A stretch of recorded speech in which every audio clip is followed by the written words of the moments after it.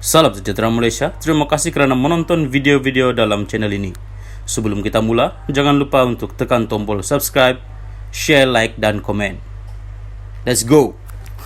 Salam sejahtera dan selamat petang kepada semua pendengar. Berita petang ini dipetik dari FMT bertajuk Bicara Rasuah Zahid, Pendakwaan Bantah Cubaan Baharu, Pembelaan Cemar Karakter Saksi. Berita penuh. Pihak pendakwaan dalam perbicaraan kes rasuah Ahmad Zahid Hamidi membantah percubaan pihak pembelaan untuk menambah kesangsian terhadap karakter saksi utamanya.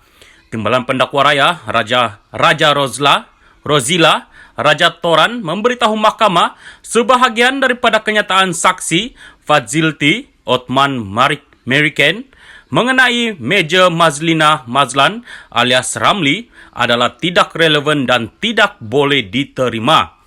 Fadzilti, saksi kedua pembelaan ialah Setiausaha Akbar Zahid ketika dia memegang jawatan awam antara 2011 hingga 2018.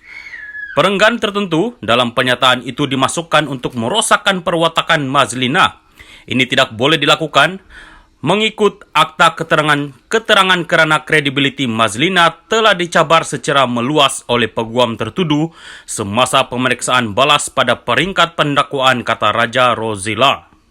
Beliau berkata, arah 7 pertanyaan dalam pernyataan saksi tidak patut dibenarkan kerana ia tidak relevan dan tidak boleh diterima. Saya membuat kesimpulan bahawa Yang Arif mempunyai kuasa untuk memutuskan sejauh mana pernyataan saksi ini relevan dengan perbicaraan, katanya di hadapan Hakim Colin Lawrence Square. Ketua pendakwaan itu membangkitkan bantahan kerana didapati pernyataan saksi Fadzilti mengundangi serangan terhadap karakter Mazlina. Mazlina menjadi setiausaha eksekutif Zahid ketika dia menjadi Menteri Dalam Negeri dan Timbalan Perdana Menteri antara 2013 dan 2018.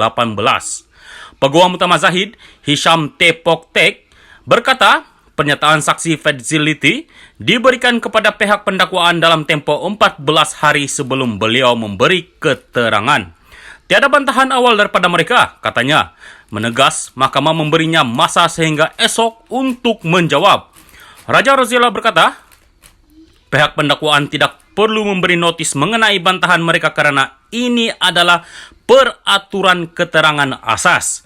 Square menangguhkan prosiding hingga esok untuk pembelaan membuat penghujahan.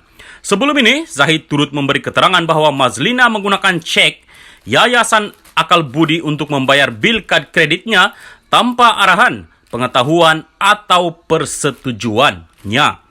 Beliau memberitahu mahkamah, Mazlina juga menggunakan cop dengan replika tanda tangannya pada cek Yayasan Akal Budi untuk menjelaskan bil.